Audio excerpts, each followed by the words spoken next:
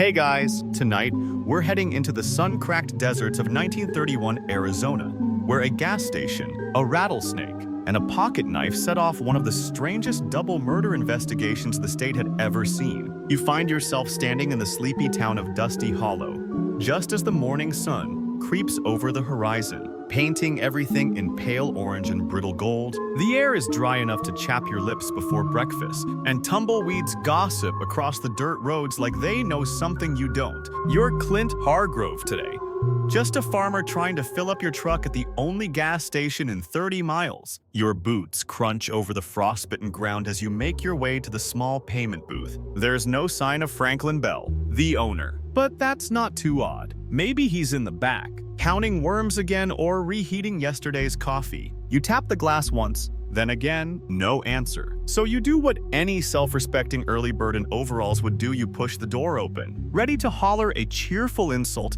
about lazy men and rooster hours. But then you freeze. Inside the booth, the morning stillness is shattered by the sight of two people sprawled across the dusty floor. Blood stains the linoleum like someone tipped over a jar of blackberry jam, except this isn't jam. And the smell is wrong, thick, metallic. It's Franklin. And next to him, Margaret, his sister. Though half the town wasn't so sure. Their faces are battered, barely recognizable. No gunshots, no screams reported. Just the quiet violence of something blunt and fast. You can't help noticing one other thing in the room. A wooden crate near the kitchen stove with small breathing holes, and something shifting inside it. You don't get too close. This is desert country. You've got instincts. Soon enough, Sheriff Doolin and his deputy, Kenny, arrive. They rope off the scene with what little twine they've got and start poking around like kids trying to guess a birthday present. The only weapon in sight is a bloody pocket knife tucked beneath Franklin's arm. But it doesn't look like a knife job. It looks like someone brought a hammer and rage. One curious detail: the crate near the stove houses a live rattlesnake, not coiled in defense, just watching. They always seem to watch. Turns out Franklin Bell had a sideline business dealing in reptiles.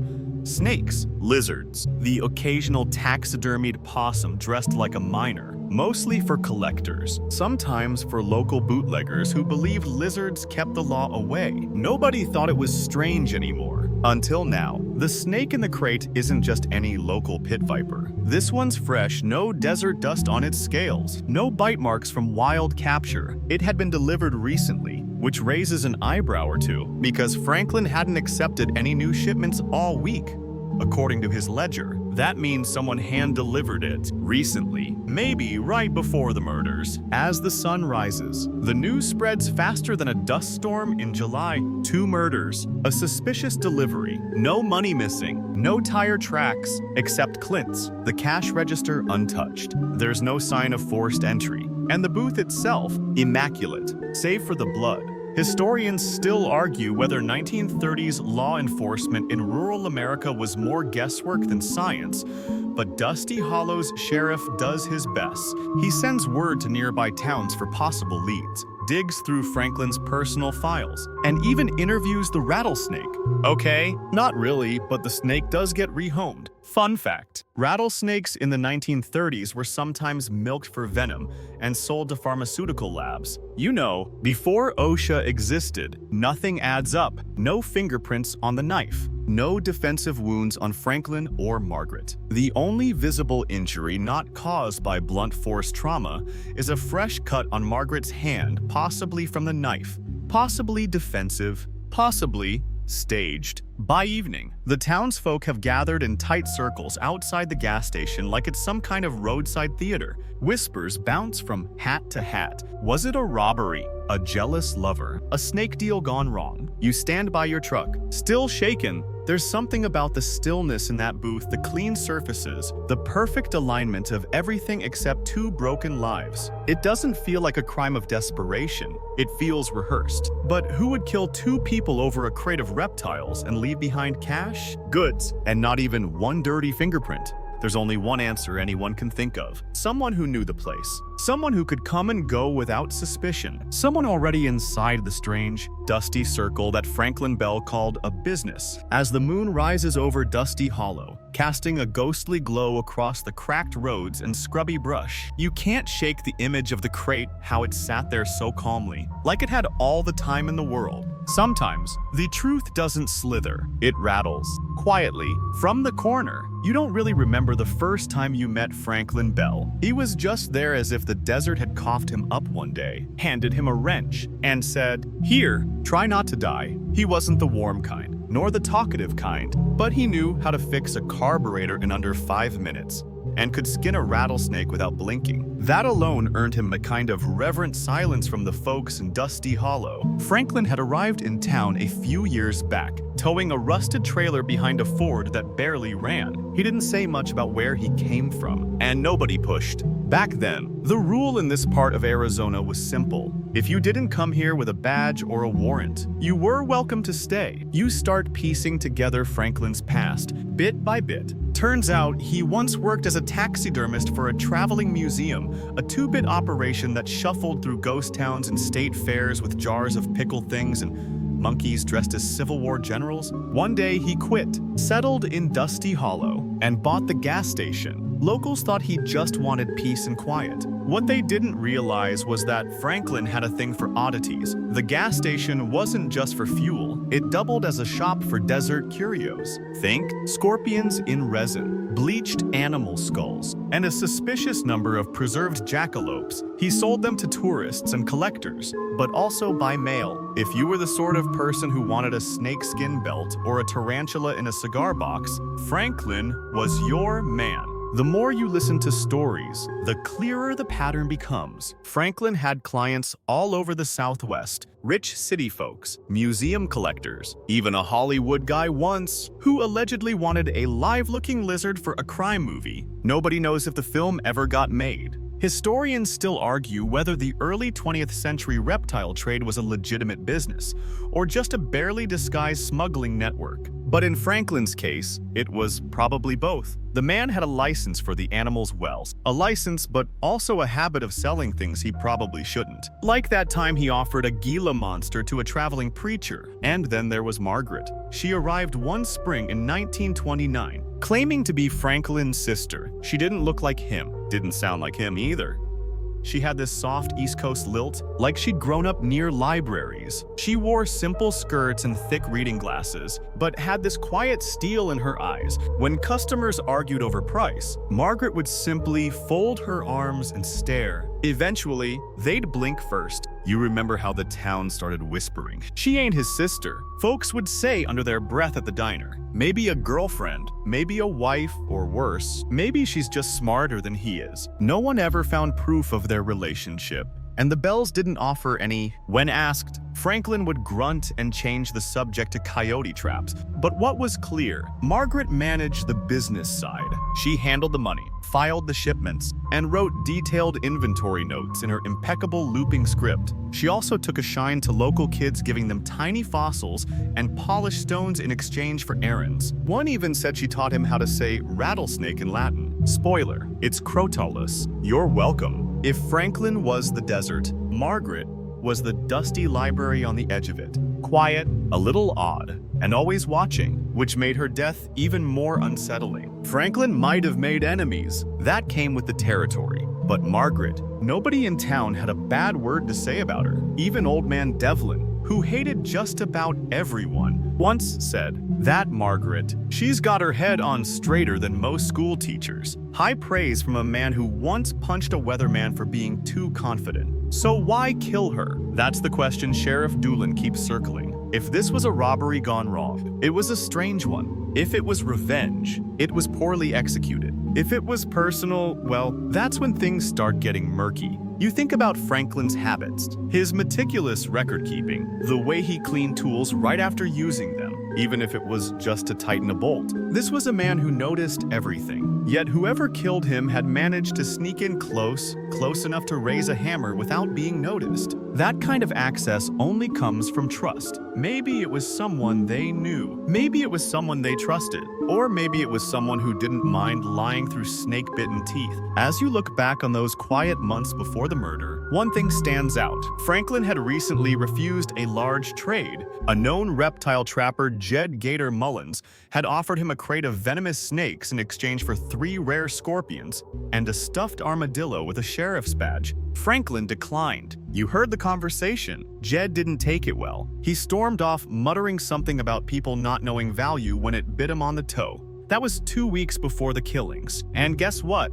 The rattlesnake in the crate was the exact species Jed was known to trap. Franklin's name was on a lot of shipping manifests, but Jed's handwriting, that was harder to pin down. Still, it's the first real thread, and Sheriff Doolin starts pulling. Not with science, not with fingerprints, just with one name, one snake, one possibility, and, as it turns out, one increasingly suspicious limp. You never did trust Margaret Bell's smile, not because it was dishonest, but because it always looked like she knew something you didn't. Something old, something coiled and waiting. People in Dusty Hollow used to joke she could spot a lie faster than a thirsty dog spots shade. But after the murder, those same people started whispering. Was she really Franklin's sister? Or was there more rattling under the floorboards? You're not the only one wondering. Sheriff Doolin starts nosing around Margaret's background. Problem is, there's almost nothing to nose into. No birth records, no marriage license, no driver's license, not even a library card. And if you don't have a library card in 1931, that's suspicious enough to raise a few desert eyebrows. The town postmaster, Mrs. Cleary, recalls Margaret sending letters once a month, always to the same address in Galveston, Texas. No return mail ever came back. No family ever visited. It's like she just showed up one spring afternoon, carrying a carpet bag full of ledgers and secrets, and never looked back. Now, you're no private investigator, but you start connecting dots. Franklin loner, warily polite, obsessed with preservation. Margaret well-spoken, sharp-eyed, and somehow equally out of place. She didn't talk about the past, but she did tell one story at the harvest fair that sticks in your mind. She said she once saw a man kill a snake by singing to it. Nobody laughed, and nobody asked follow-up questions. Historians still argue whether early 20th century snake handlers truly believed in soothing frequencies, or if they were just very brave and very lucky. But Margaret seemed to believe it. She even kept a harmonica in her apron pocket and would play slow, sad notes while feeding Franklin's reptiles. You start imagining, what if she wasn't his sister? What if she was his partner in something stranger than taxidermy? What if their gas station wasn't just a pit stop but a front? See, back in the 1930s, the borderlands of Arizona were full of eccentric trades. Herbalists who sold cactus tinctures as love potions, snake charmers who claimed they could predict sandstorms by the way lizards moved, and yes, bootleggers who stashed whiskey in tortoise shells. This was the golden age of fringe enterprise, and Franklin and Margaret fit right in. Some townsfolk say she once turned down a banker from Tucson who offered her money to make something of herself in the city. She smiled and said, "Sir, I'm already something," then handed him a jar with a pickled bat inside and told him to smell it at midnight for dreams of prosperity. Did it work? He never came back, but he also never asked for a refund. So now, standing in the aftermath of their deaths, you start asking, who was Margaret? And more importantly, who wanted her gone? Doolin tries to trace the Galveston letters. It's no use. The return address is a boarding house that burned down 6 months earlier. No names on file, no known relatives. Her handwriting, however, is preserved in Franklin's ledgers, and it reveals something interesting. Every shipment, every purchase, every incoming reptile or bone or feather was recorded twice, once in ink, once in code. She had invented a shorthand, a hybrid of Old Latin, shorthand script, and symbols that look suspiciously like early Zuni pictographs. Scholars might call it nonsense. Cryptographers might call it genius. You just call it odd. One of the coded entries, dated January 10th, 4 days before the murder, mentions something chilling. Delivery. One Viper R. Horridus from Mullins. Hold for trade.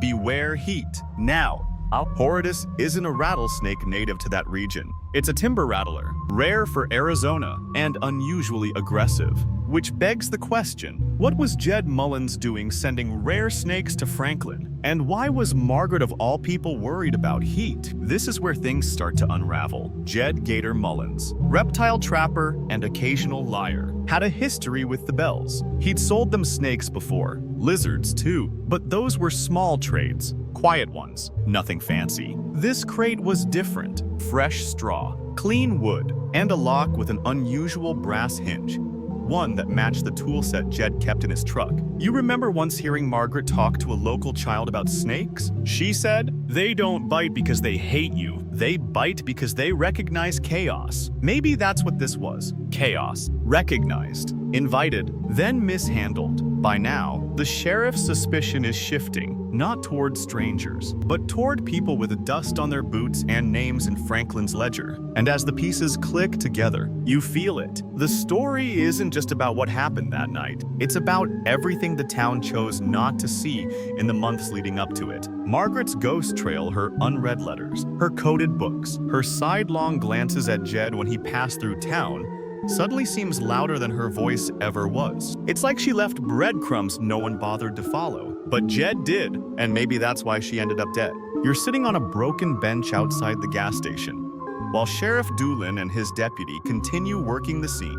The day's gotten hotter, the kind of dry heat that makes metal sting to the touch and turns the inside of your boots into little ovens. Dusty Hollow isn't big, but it's the kind of place where every small detail gets noticed, especially when someone forgets to notice something important. Inside the booth, Doolin is pacing between two peculiar objects, a bloodied pocket knife and that old wood stove humming faintly in the corner. Franklin always kept the stove warm, even in the mild Arizona winters. Margaret once joked that he couldn't stand cold metal, that it reminded him of something from before. You peer through the glass and spot the knife again. It's been wiped once hastily. A smudge here, a speck of dried blood there. But here's the thing, it doesn't look like the murder weapon, not unless the killer was trying to butter them to death and got carried away. Franklin and Margaret had blunt force trauma hammer wounds. By the looks of it, the knife, small and rust-pitted, might have nicked Margaret's hands, but it sure didn't crush skulls. So why leave it behind? Some folks think it was a distraction.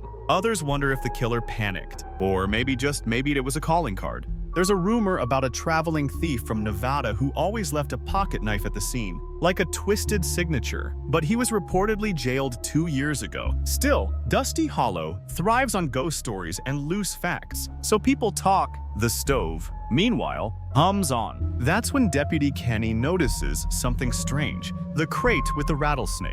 It had been placed unusually close to the heat source, and the lid wasn't fully secured. It's a little-known fact, but rattlesnakes get more aggressive with heat, too warm, and they strike at anything shadow, breeze, or boot. Historians still argue whether venomous snakes were ever deliberately weaponized in rural crime. Some say it's too risky. Others point to documented cases of snake traps used on cattle rustlers and nosy revenue agents. One thing's for sure, if someone wanted chaos, placing a rattler next to a stove wasn't a bad start. You watch as Doolin carefully lifts the crate and spots something under it. A partial boot print in blood. Not Franklin's, not Margaret's. It's angled like someone was facing the stove, maybe adjusting the crate, maybe opening it. And the tread, worn down, almost flat, like someone who walks a lot through desert terrain. You already know who that sounds like.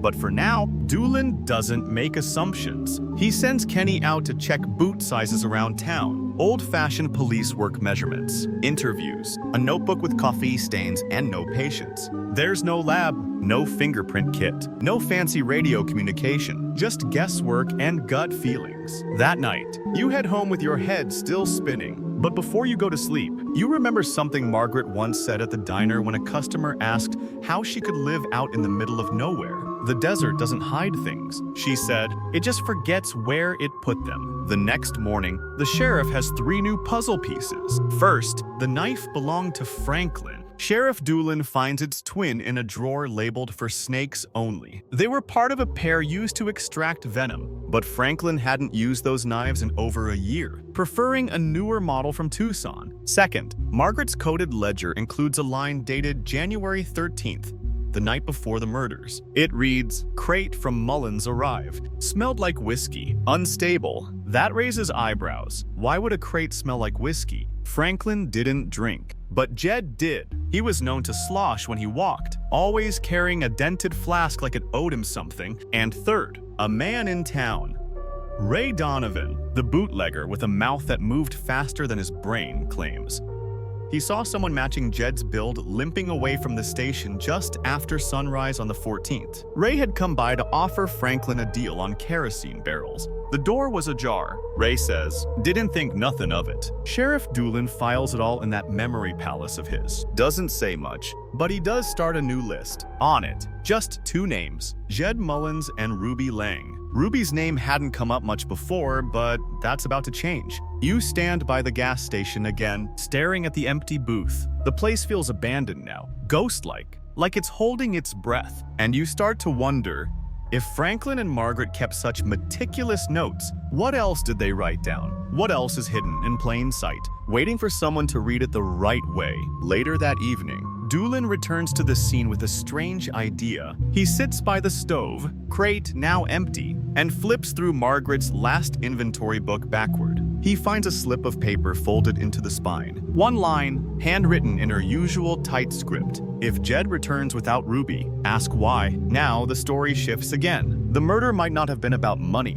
or snakes, or even rage. It might have been about betrayal. And just like that, the bloodied pocket knife and the too warm crate aren't just evidence. They're clues, loud ones. You've lived in Dusty Hollow long enough to know that folks talk. Not loudly, not with teeth bared, but in quiet. Knowing drawls that lean on metaphors and long pauses. So, when the sheriff starts asking around about Jed Mullins, the town doesn't offer answers. It offers stories. One old rancher recalls Jed once offered to sell him a drought-proof lizard. Another says Jed used to steal eggs from turkey nests and claimed they were dinosaur fossils. A third swears Jed could make snakes appear just by whistling. You know what they really mean? Jed was a man best handled with long sticks and short conversations. The whispers grow louder when people remember Jed's last visit to the gas station. Not the murder morning, but a few days before. He'd come in angry, waving a rolled-up sack and demanding Franklin trade him something, anything for a snakeskin, the length of a fence post. Margaret had turned him away, flat as stone. "We only take clean trades," she said, not threats dressed in leather. He left muttering about people being too proud to see profit when it coiled at their feet. You start to see the timeline forming clumsily at first, like someone drawing shapes in fog. Jed came by, got turned down, left fuming. A few days later, the crate arrived. No return name. But the handwriting on the shipping label matches an old receipt in Franklin's files. Doolin pieces it together, the way only a small-town sheriff without distractions can. He pulls old invoices, checks, dates, looks for patterns. And sure enough, Jed had sent at least 3 unmarked crates in the last year. All reptiles, all delivered late at night. Franklin paid for 2, refused the third. And that third one, the one with the rattler, that was the one sitting by the stove the morning of the murder. But it's not just the crate that matters, it's what came with it. Ray Donovan, the bootlegger with a memory like a leaky bucket, slips up again. This time while bragging about a moonshine run, he says something offhand. Jed looked rough that morning, bleeding, limping, half drunk. Said he tripped on a lizard crate the night before. The night before, Sheriff Doolin freezes. Until now, Jed had claimed he hadn't been near the station since the week before the murder. But if Ray's telling the truth, and for once, he might be, Jed was there just hours before the bodies were found. Historians still argue whether bootleggers make good witnesses. Most agree. Only if they forget to lie. So Doolin calls Jed in for a chat. Jed shows up looking like he slept in a ditch, face red from sun and suspicion. Says he got the cuts on his thigh and chest during a fight in Yuma over a stolen alligator. Yes, really. Claims he has 2 witnesses, both of whom don't do well with lawmen. When asked where Ruby Lang was that night, Jed shrugs. Says she's probably working her way back through Texas. He doesn't offer a phone number. Now, here's the funny thing about lies. It's not always the details that betray you. It's the timing. Jed says he bled in Yuma on the 17th, but his pants have dried blood from 3 days earlier. And when Doolin asks him what Margaret had said during their last trade, Jed pauses. Too long. I don't remember. She never said much, except Margaret always said much. It was her nature. She didn't do quiet. You remember her telling a boy that lizards held grudges longer than people, that their bones could remember shapes. It sounded like nonsense at the time. Now, it just sounds like a warning. Meanwhile, folks at the diner start pulling out receipts, not literal ones.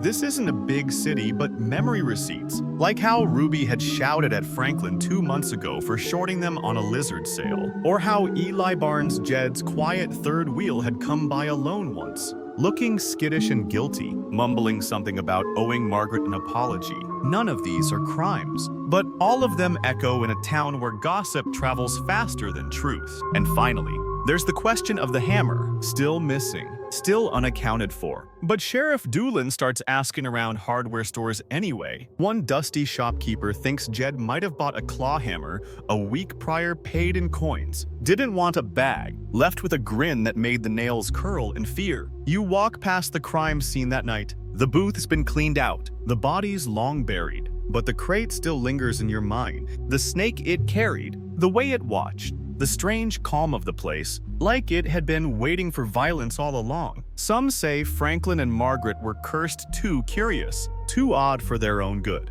Others say Jed was always a snake waiting to strike, and all they did was walk too close. But in the back of your head, a simpler truth curls up and hisses. The moment Franklin refused that trade, the rattles started counting down. You never liked Jed Gator Mullins. No one really did. Even when he wasn't in trouble, he always looked like he was greasy hat too low, beard too patchy, and eyes that wandered faster than a weasel in a chicken coop. But despite his foul smell and foul temper, people tolerated him because Jed knew the desert, and more importantly, he knew where the snakes were. So when Sheriff Doolin pays him a visit with a fresh set of questions, you can already guess how it's gonna go. Jed's holed up in a cabin on the south edge of town. It's less a home, more a pile of things that once had purpose-rusted coils of fencing, broken crates, a lopsided cot made of canvas, and bad decisions. He's sitting on a stump with a jar of something brown and burning in his hand. The first thing he says when he sees the sheriff, "Did the snake talk?" You could write a whole psychology dissertation on that one line. Doolin doesn't bite, just asks how Jed's leg is healing. Jed mumbles something about swelling, then limps toward his truck like pain proves innocence. But the sheriff's not here for poetry. He wants to know, plain and simple, where was Jed on the morning of January 14th? Jed sticks to his story. He and Ruby were in Yuma, got in a fight over a stolen gator pelt, ended up with stitches and a black eye. But the Yuma hospital has no record of a Mullins, a Ruby, or anyone remotely resembling their hygiene levels being treated that day. And now Doolin's holding a photograph, grainy, half-blurred but clear enough. It shows Jed and Ruby sitting outside Franklin's gas station on the 13th, bottle between them, crate at their feet. Must have been a different day, Jed says, eyes narrowing. We stopped by plenty, but Margaret's ledger said otherwise. Only one delivery recorded that week, one crate, one snake. And now the timeline is squeezing Jed like a vice. Historians still argue whether suspects in pre-Miranda America talked more because they didn't know better or because they thought they were smarter than everyone else. Jed falls into the second camp. He starts spinning a tale so wild, it'd make a roadrunner take up smoking. He says Ruby had a vision, that she'd seen Margaret's death in a dream, and that she begged Jed not to deliver the crate that morning. But Jed was too drunk to listen. He claims the rattler felt off like it was angry in a way snakes shouldn't be, says Margaret laughed at it, and Franklin made some joke about hot snakes getting cold feet. Then he shrugs. Next thing I know, they're dead. But the details are slippery. When did the bottle get thrown? Why were there no defensive wounds? Why was Franklin's hammer the likely murder weapon missing? Yet the knife left behind. Jed shrugs. Says maybe Eli Barnes came back and did something stupid. Says maybe Margaret slipped and fell. Says a lot of things. You're starting to see it. The cracks in his story don't run, they rattle. Meanwhile, back in town, Doolin finds something even stranger. Ruby Lang hasn't been seen since the 14th. Not by friends, not by bootleggers, not even by her usual poker circle. That's a big deal. Ruby never missed a hand. You remember Ruby tall, sharp, with that permanent sneer like she'd once arm wrestled a cactus and won. She didn't just drink whiskey, she weaponized it. Ruby and Jed had been partners in crime, business, and brawls for years. Wherever one went, the other followed. But now she's gone, and Jed's the only one spinning stories. Doolin presses harder, asks about the cuts on Jed's thigh and chest. Jed insists again. They came from Yuma. But when asked what the gator's name was, he flinches. Gators don't got names, he snaps. Funny, because last year he'd introduced one as Stinky Pete. The lies are piling up faster than tumbleweeds in a storm. Then the sheriff gets lucky. A prospector grizzled, sunburnt, and possibly part cactus wanders into town. Claims he saw Ruby the morning after the murder, walking alone down dusty road with blood on her sleeve and panic in her eyes. She said nothing, he mutters, but she had that look, like she just found the bottom of something. And just like that, the story cracks wide open. Jed wasn't alone. Ruby was there, which means at least 2 people know what happened in that gas station. And maybe a third, Eli Barnes. Now, there's a name no one said aloud in a while. Quiet, nervous, always clutching his shirt collar like it might bite him. If Jed is the snake and Ruby the bite, Eli is whatever's left behind, cold, jittery, and waiting. If anyone will talk, it'll be him. You feel it now, that old dusty hollow itch, the one that says someone's going to break soon. And when they do, the truth will slither out, scale by scale. Eli Barnes always looked like a man waiting to be yelled at, skinny as a broomstick, twitchy as a jackrabbit, and the kind of guy who apologized to chairs when he bumped into them. He was the third wheel in Jed and Ruby's oddball triangle, a tag-along. Really, the kind of man who didn't do things so much as get swept along in the undertow of other people's bad decisions. And yet, in a case swirling with venom, lies, and hammer blows, Eli Barnes might be the single thread that unravels it all. Sheriff Doolin tracks him down behind the old train depot, where Eli's been crashing in an abandoned boxcar with a blanket that smells like panic and spoiled beans. When the sheriff appears at the door, Eli freezes, eyes wide, like he's halfway through deciding whether to confess or bolt. "Did you hear what happened to Franklin and Margaret?"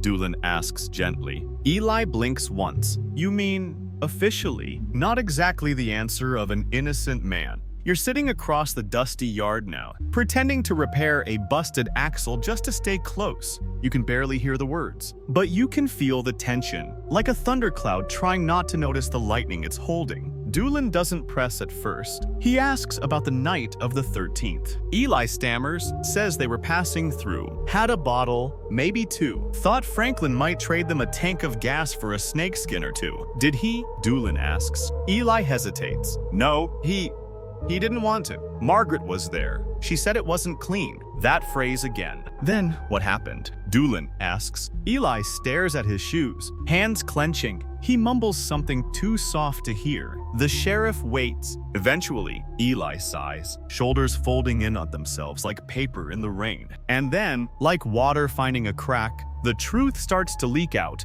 It had started with jokes. Jed cracking wise about how Margaret thought she was better than them. Ruby rolling her eyes and tossing back whiskey like it was cough syrup. Franklin telling them to leave. Ruby throwing a bottle, shattering it against the stove. And then, chaos. Eli's voice trembles. Jed stormed out to the truck, came back with a hammer he kept under the seat for emergencies. You've heard that excuse before, emergencies that usually involve fists and bad luck. Margaret tried to calm things down. She reached for the crate to push it back from the stove, maybe, or to get between them. Jed shouted something. Ruby shouted back, then the hammer swung. Once, then twice. You can see the scene now. As if you're standing in the room, the crate rattling, stove humming, Franklin frozen in mid-step, and Margaret's eyes wide with the kind of disbelief that can only exist in the split second before it's replaced by pain. Franklin tried to grab Jed. He never made it. The hammer caught him under the chin. Then what?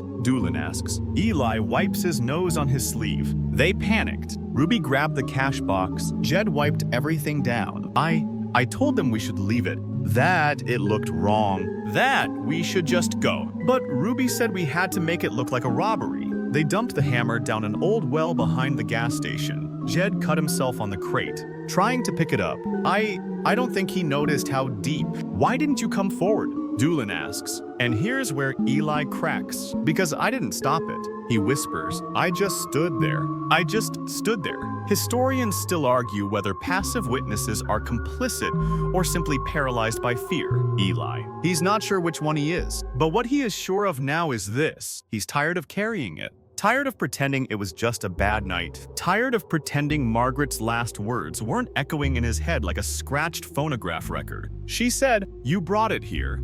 Meaning the snake, the violence, the hammer. The end. Sheriff Doolin takes the statement. Then the silence. That night, you find yourself staring out at the edge of Dusty Hollow, where the road disappears into shimmering heat. You think of Jed, angry and limping. Ruby, missing and unaccounted for. Eli, broken open by a question he could no longer dodge. And Franklin and Margaret, two people who lived among reptiles and still trusted humans. You wonder which mistake cost them more. Later, Doolin drops a single scrap of paper on his desk. Margaret's handwriting. If Jed returns without Ruby, ask why. Well, now you know why. Because Ruby saw what happened, and Ruby ran. You wake up the next morning to a rumor as thick as tumbleweed in the diner. Ruby Lang's been spotted. Not in Dusty Hollow, she wouldn't be that dumb, but out near Dead Dog Gulch, about 15 miles east, where the rocks are red and the silence feels mean. An old sheepherder claims he saw a woman matching her description tall, dark braid,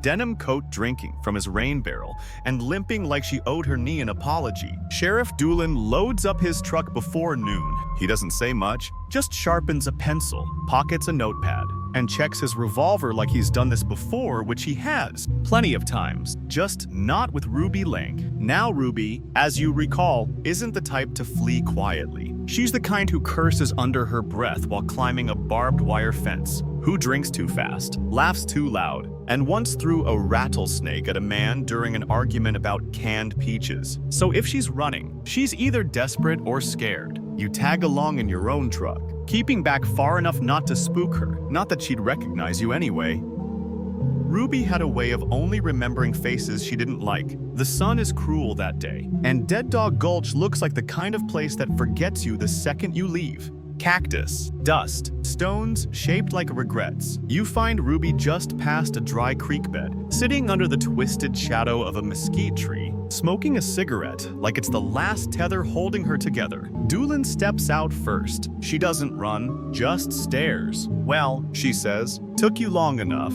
You watch as the two of them talk. No yelling. No accusations, just the low hum of confession trying to climb out from under pride. Ruby doesn't deny being there, doesn't deny the fight, doesn't even deny the hammer. I didn't swing it, she says, but I watched it happen, and I didn't stop him. That seems to be a theme with this trio bystanders to their own worst moments. She says she begged Jed to just leave, that Margaret hadn't even raised her voice, that Franklin was reaching for the door, not a weapon. But the moment the bottle broke and the snake crate clattered against the stove, it was like something else took over. Jed changed. Ruby says he looked possessed, and not in the preacher's sense. In the desert sense, like the heat had finally burned something loose in his mind. I've seen him mean, she says, but never quiet about it. That, somehow, is worse. Historians still argue whether collective guilt holds up in court, but out in the desert, everyone knows. Watching something burn and doing nothing is still arson of the soul. Ruby confesses to helping clean up the scene, says she was the one who wiped the counters,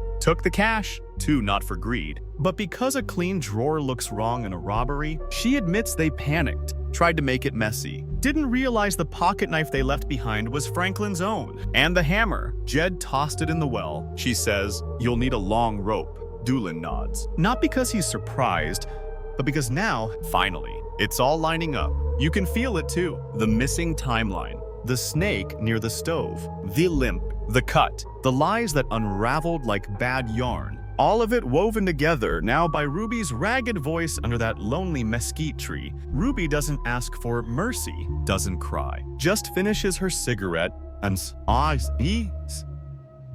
stubs it out with the toe of her boot. What happens now? She asks. You ride back with me? Doolin says, and she does. No cuffs, no fight, just dust and silence between the two of them on the way home. When the news spreads through Dusty Hollow that Ruby's been caught, reactions are mixed. Some folks spit and mutter that she got off easy. Others just shake their heads and go back to their coffee. But you sit on your porch that evening, watching the horizon flicker in the heat, and wonder what would have happened if Franklin had just taken that trade. If Margaret had gone back to Galveston, if the crate had been left outside the booth. But the desert doesn't work like that. It doesn't believe in ifs, only afters. Ruby Lang will stand trial. She'll say what she said under the mesquite tree, and a jury will decide how much silence is worth. As for Jed, his time is coming, and Dusty Hollow will be listening. You always knew the desert kept secrets, but you never realized how many of them wore boots and had names you recognized. Now that Ruby Lang's confession is out in the open, the town feels different, like someone finally cracked a window in a room full of dust. But it's not over. Not yet, because the last piece of the story,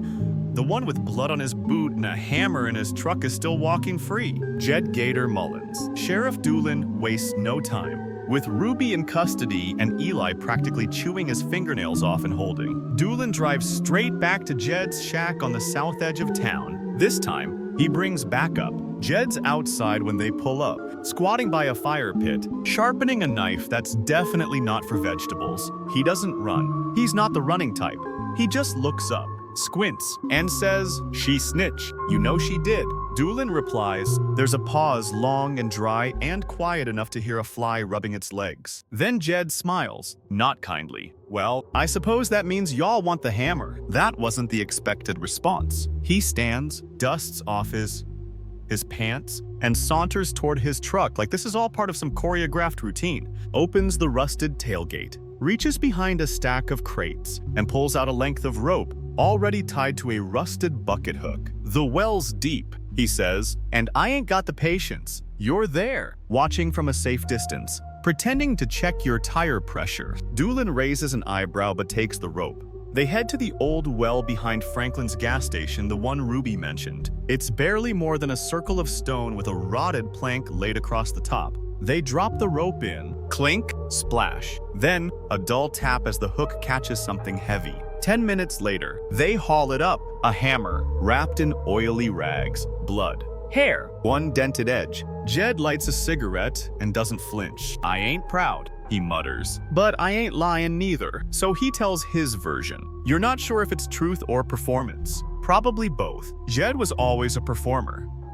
A man who told the same joke twice and laughed louder the second time. He says it wasn't supposed to go that way. Says the trade with Franklin was meant to smooth things over Snake for scorpions. A little whiskey, a handshake. But Franklin was rude, and Margaret uppity, and Ruby meaner than the heat. Tempers flared, bottles broke. Margaret tried to push the crate. Franklin tried to push back, and Jed, he grabbed the hammer. Didn't aim to kill, he says, just meant to shut him up. But hammers don't understand intention. Historians still argue whether confessions made without a lawyer hold water in court. But out in Dusty Hollow, there's no court stenographer, no cross-examination, just the sheriff, the truth, and a very long silence. Jed is arrested on the spot, doesn't fight, doesn't blink, just shrugs and says, "Reckon I deserve worse." You think about that as they drive him away. Think about the snake, the crate. The way Margaret once said reptiles weren't dangerous unless someone gave them a reason to be. Maybe the same goes for people in town. The news spreads fast. Franklin and Margaret Bell's killers have been named. Jed, Ruby, and Eli,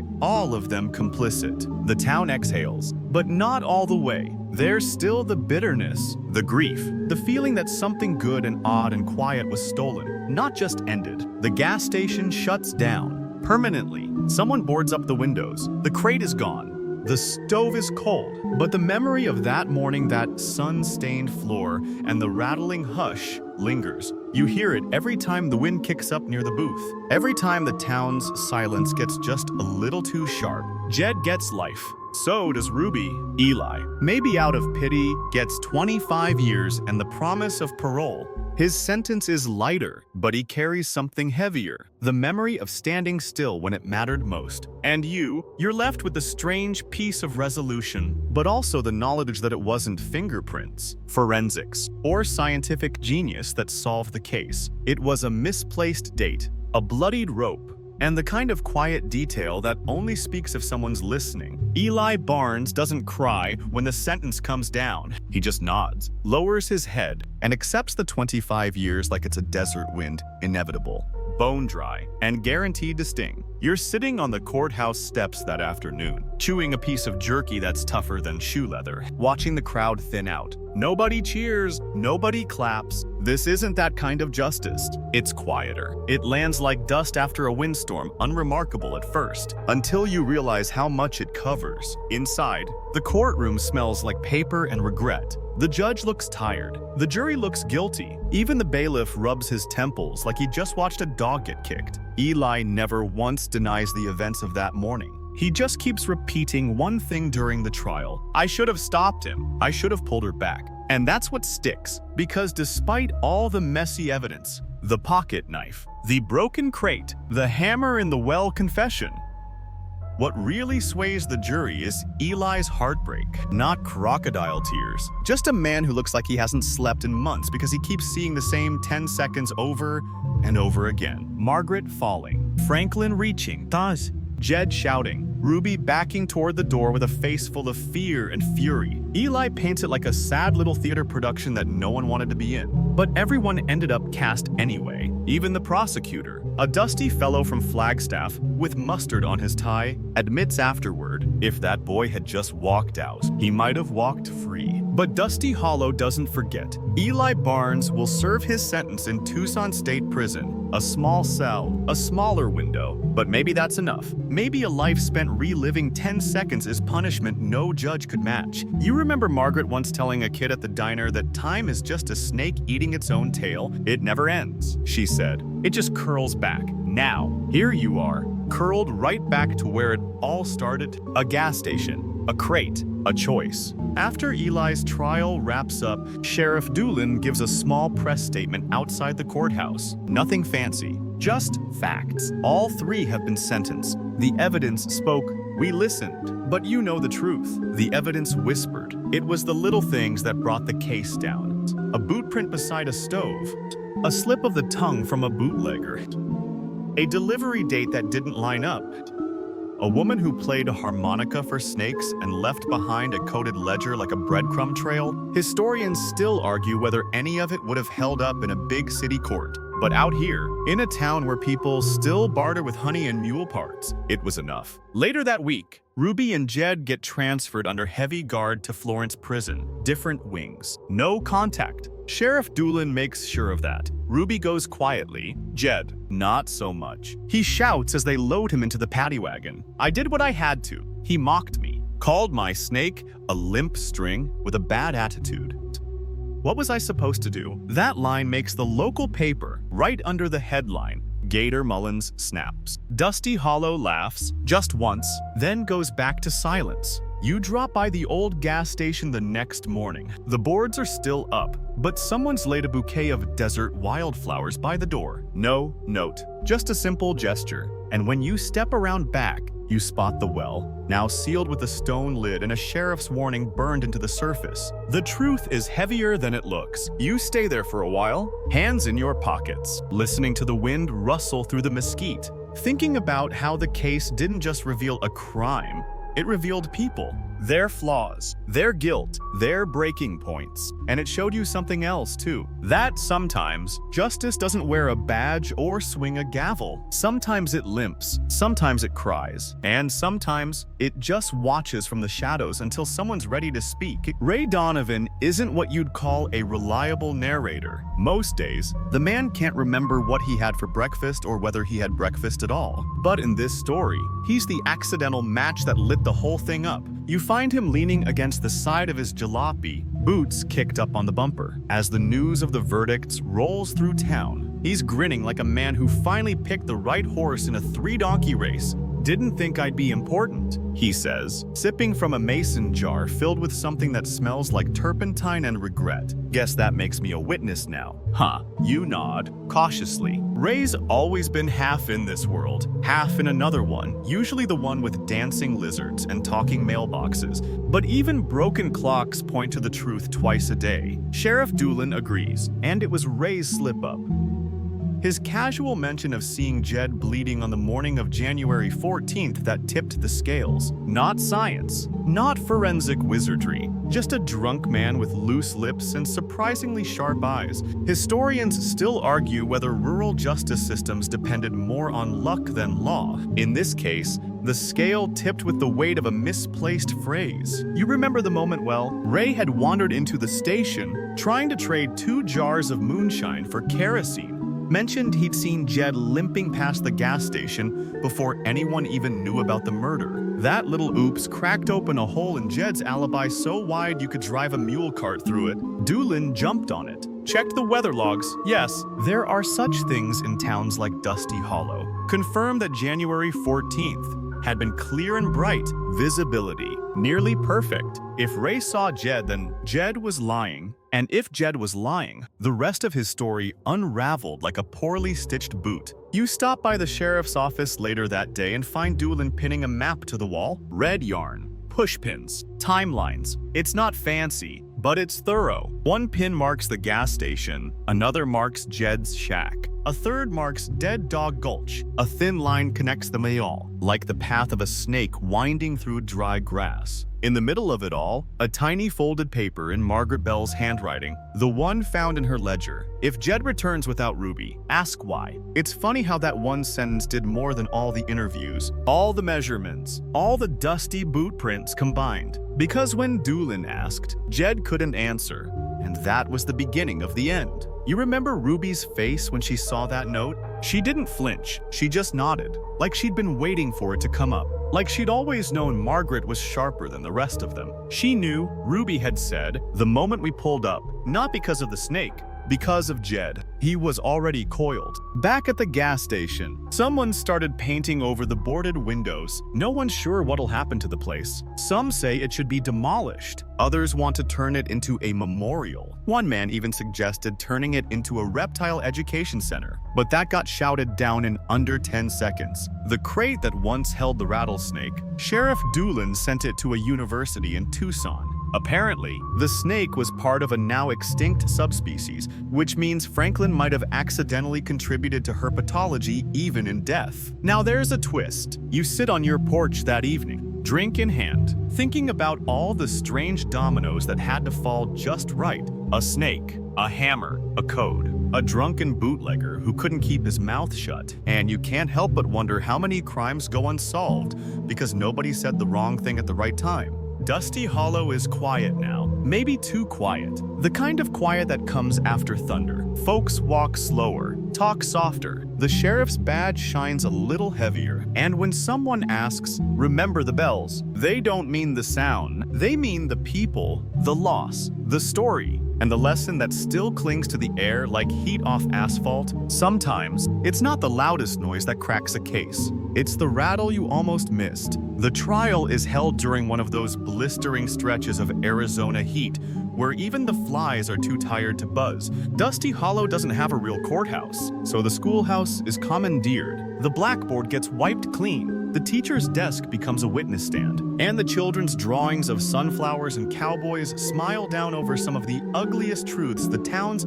ever had to hear. You sit in the second row, the scent of chalk and sweat in the air, fanning yourself with a church bulletin while Ruby Lang takes the stand. She's not dressed up, no pearls, no hat, just a clean shirt and that denim jacket of hers, buttoned high like she's hiding something beneath her collarbone. Maybe shame, maybe just the echo of Margaret's stare. The prosecutor, a stiff-necked man from Prescott who wears too much cologne, paces like he's on stage. He hurls questions like stones, trying to crack Ruby open. But Ruby doesn't crack. She just lays it all out, quiet and flat. Yes, she was there. Yes, she threw the bottle. Yes, she saw Jed raise the hammer. No, she didn't try to stop him. That last part lands like thunder. Some of the women in the room flinch. A few of the men shift in their seats. Even Sheriff Doolin leans forward slightly, as if hearing it again will somehow soften the blow. Ruby doesn't flinch. He was too fast, she says, and I wasn't brave enough. She doesn't ask for forgiveness, doesn't cry, but the jury sees something in her eyes, something like exhaustion. The kind that comes from watching your worst self do something you can't ever take back. Historians still argue whether remorse should weigh into sentencing. In this case, it does, but only a little. The prosecution calls witnesses, the prospector who saw her walking alone after the murder, Ray Donovan, who chuckles once and is immediately scolded. Sheriff Doolin reads Margaret's ledger aloud. Even Eli testifies, trembling the whole time, but clear on the facts. Then it's Jed's turn. He refuses to testify, just sits in his chair, arms crossed, eyes scanning the room like he's looking for someone to blame who isn't himself. The courtroom feels tight, like it's inhaling and not exhaling. You can feel the collective heartbeat of Dusty Hollow thudding in the wooden floors. When the verdict comes guilty on all counts for Jed and Ruby, there's no cheer, no gasp, just a quiet murmur, like wind through dried grass. Jed gets life. Ruby, 2. Eli, already sentenced, sits in the back, face pale, eyes on the floor. Afterward, someone pins a piece of notebook paper to the outside of the schoolhouse door. No name, just 4 words. Thank you, Margaret Bell. It flutters in the breeze like a prayer. Later, back at the sheriff's office, Doolin sets down the final case report. It's thick, heavy, smells like ink and old boots. Don't get many wrapped up this clean, he says, but still don't feel like justice. You agree, because the truth is, justice is a word people use when they don't know what else to say. When something awful gets a bow tied around it, not because it's finished, but because we need it to be, the families of Franklin and Margaret Bell never show up. If they existed, they never answered the sheriff's letters. No one steps forward to claim their things. So the gas station remains boarded up, the back office still holding Margaret's ledgers, Franklin's tools, and that small shelf of desert oddities he never sold. A local boy sneaks in one night and steals a preserved scorpion. Gets stung by the live one hiding behind it. That's Dusty Hollow for you. Always one joke ahead of the lesson. You walk past the gas station again at dusk. There's a new sign nailed crooked to the door. Closed for good. Be kind anyway. You stare at it for a long time, because sometimes, even when the bad guys get caught, the world doesn't feel cleaner, just quieter. Jed Gator Mullins spends his first week in Florence prison trying to convince the guards that he deserves solitary. Not 'cause I'm dangerous, he says. Just don't like people chewing loud. It doesn't work. He ends up in general population, sharing a bunk with a man who collects paper clips and mutters the Gettysburg address in his sleep.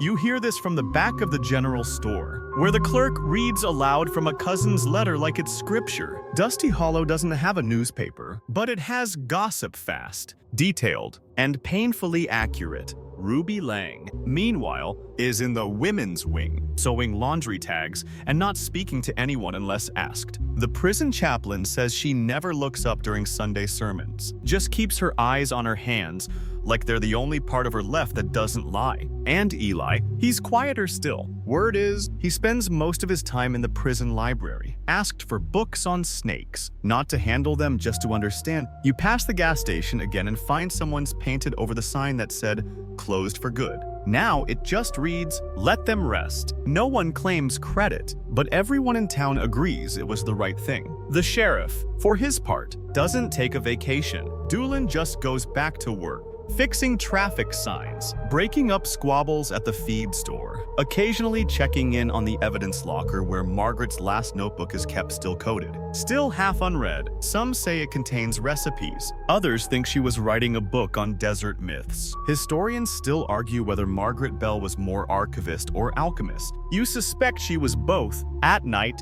the wind through town feels cooler now, like the story has been told and the land finally approves. But some nights, just as you're drifting to sleep, you think you hear the faintest rattle. Not a snake, not really. More like a memory, a warning. Or maybe just a ghost brushing past your porch steps. Jed's cellmate writes a letter to a local magazine, Something about how Jed keeps retelling the story, like it happened to someone else. Says the snake was cursed. The letter reads, says it whispered to him. That doesn't get published, but it gets read. You visit the cemetery once, just out of habit. Margaret and Franklin share a modest gravestone, courtesy of a town fund. It reads, they cataloged the strange and died stranger still. No one's quite sure who wrote it. Sheriff Doolin has his suspicions. You kneel in the gravel and think about how quickly things unravel when pride walks through a door first. About how a single hammer, a shared bottle, and a rattlesnake in the wrong crate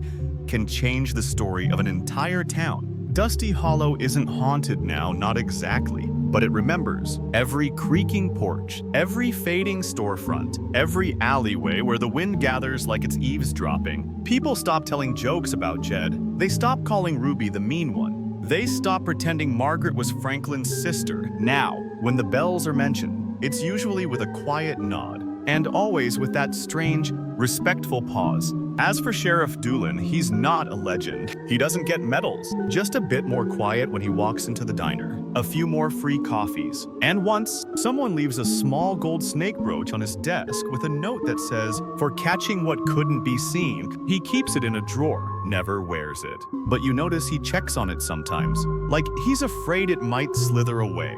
You'd think the story ends there with Jed and Ruby locked away, Eli buried in books, and Dusty Hollow gently rocking itself back to sleep. But stories like this never end clean. They shed skin. They leave echoes, because the more people think about Franklin Bell's little reptile business, the more they start asking questions not about the murder, but about what came before. Turns out, Franklin wasn't the only one in Arizona trading snakes in the 1930s. He was part of a loose, scattered network of reptile trappers, desert taxidermists, and what one newspaper would later call the herpetological underground. That's a fancy way of saying people who sold venomous creatures to collectors and doctors without asking too many questions. You learn this over sweet tea and hushed tones in the back of the post office, where someone's dug up an old ledger from a now-closed general store in Tempe. Franklin's name is there, along with several others, Jed Mullins among them. And another name that makes folks twitch, Dr. Alton Vickers. That's not someone from around here. He was a biologist out of Texas, known for paying top dollar for specimens with peculiar markings. Some say he was developing anti-venoms. Others think he was just eccentric. Margaret had written his name in her ledger once, next to a line that simply read, refused shipment, venom too old. Now, that's unsettling. Historians still argue whether amateur reptile traders contributed more to science or chaos. In Franklin's case,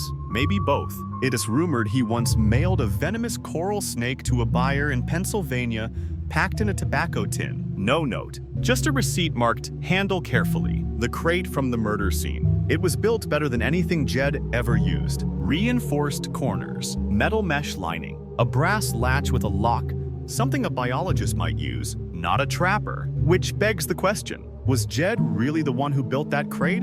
Or had Franklin repurposed something meant for a higher level trade? You stop by the sheriff's office, and Doolin's already sitting at his desk, staring at a half-burned envelope. Found it behind Franklin's filing cabinet. No return address, but the handwriting matches Margaret's. Tight, clean, looping. Inside, a list of names. No title, no explanation. Franklin's, Jed's, Vickers, 3 others you don't recognize. Network. You ask, maybe. Doolin says, maybe more. He doesn't look excited. He looks tired, like he's realizing the murder was just the tip of something bigger, an ecosystem, not an event. Out back, someone's planted a small cactus garden where the well used to be. The hammer's long gone, now locked in an evidence box somewhere near Phoenix, but the echoes remain. The wind still catches on that old circle of stone and hums in a way that makes you squint sideways, just in case. You think about Margaret again? The way she looked at people, like she was cataloging them, sizing them up for display or preservation. Maybe she knew the network was fraying. Maybe that's why she started coding her ledgers. Maybe she sensed Jed's fuse was burning short and left a trail not just to her killer, but to the strange, scaled world she and Franklin had tiptoed through together. And maybe that world isn't finished revealing itself. The town, for now, goes quiet, but there are whispers that someone's seen another crate, that a buyer from Albuquerque asked about Franklin's method, that Margaret's final book draft never finished has gone missing from the evidence room. But Dusty Hollow's not ready for another storm. Not yet. The sun still sets slow and orange, the wind still drags across the hills, and the gas station, despite its sealed doors, still gets visitors, tourists, mostly, looking for the rattlesnake murder spot. You never speak to them. Let them buy their postcards. Let them pose by the pump. They don't know what rattled beneath the surface. What still might, because this wasn't just a crime. It was a crossing between human and animal, between trade and temptation, between silence and the one loud, irreversible act that changed everything. You stand at the edge of Dusty Hollow, where the road turns to gravel and the cacti grow like sentinels. The heat curls off the land in lazy waves. Everything looks quiet, still, like the town's tucked the story away. At last filed it under unsolved things we've now solved. But you know better. The story lingers, not just in the crime scene photos or the yellowing ledgers Margaret left behind, not just in the lockbox with the hammer or the snake crate shipped off to the university. No, the story lives in people now, in glances, in pauses, in that new awareness that something strange had been going on under their noses, and that all it took to blow it apart was a hammer, a bottle, and a night no one could take back. At the gas station, still boarded, still cursed in that hushed, small-town way, a new sign has appeared, carved by hand. Sometimes the snake isn't the danger. It's the hand holding the crate. Nobody knows who put it there. Sheriff Doolin claims it wasn't him. You suspect the librarian. You visit Margaret and Franklin's graves one last time. The flowers are fresh. Someone's been tending to them, though no one will admit it. The headstone still reads the same. They cataloged the strange and died stranger still. But someone's etched a new line underneath in small, careful letters. We remember. There's no ceremony, no memorial. Just a town quietly folding its grief into routine. You overhear someone at the diner say, "I heard they're gonna open a new station on the other side of town." Nobody responds. It's not the kind of thing that gets applause. At the sheriff's office, Doolin locks away the final file folder. Case closed. But he keeps Margaret's last coded page in his desk. Sometimes, when the air gets still, he takes it out and stares at it. Not to read, just to remember the snake trade, the ledger names, the missing book, the buyers from New Mexico. It all starts to fade.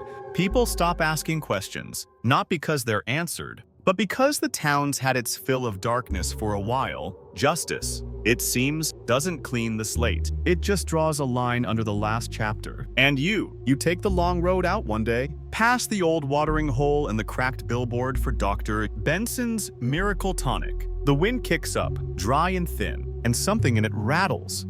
Maybe just a stick, maybe something else. You don't flinch, because now you understand the desert doesn't threaten. It waits, it watches, and sometimes it gives you a chance to do better the next time. If there is a next time.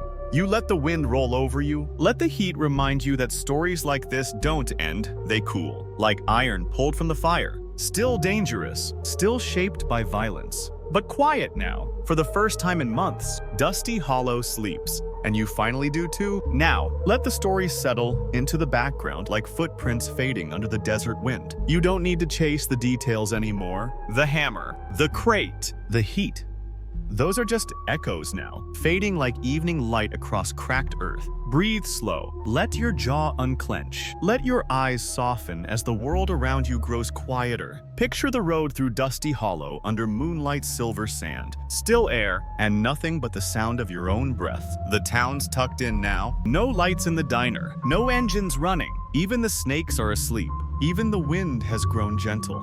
The story you've just heard didn't rush to its endings. It ambled. It creaked. It coiled. But it got there, like everything does, in time. And now, it's time to let it go. Let the names blur. Let the pages close. Let the final image be Margaret's harmonica resting beside a coil of twine on a sunlit desk, dust motes dancing. No sound. Just peace. You're safe here. The night is long, but your breathing is slow. You've walked through the mystery and come out the other side. Now, there's nothing left to do but rest. So go ahead, close your eyes, and sleep.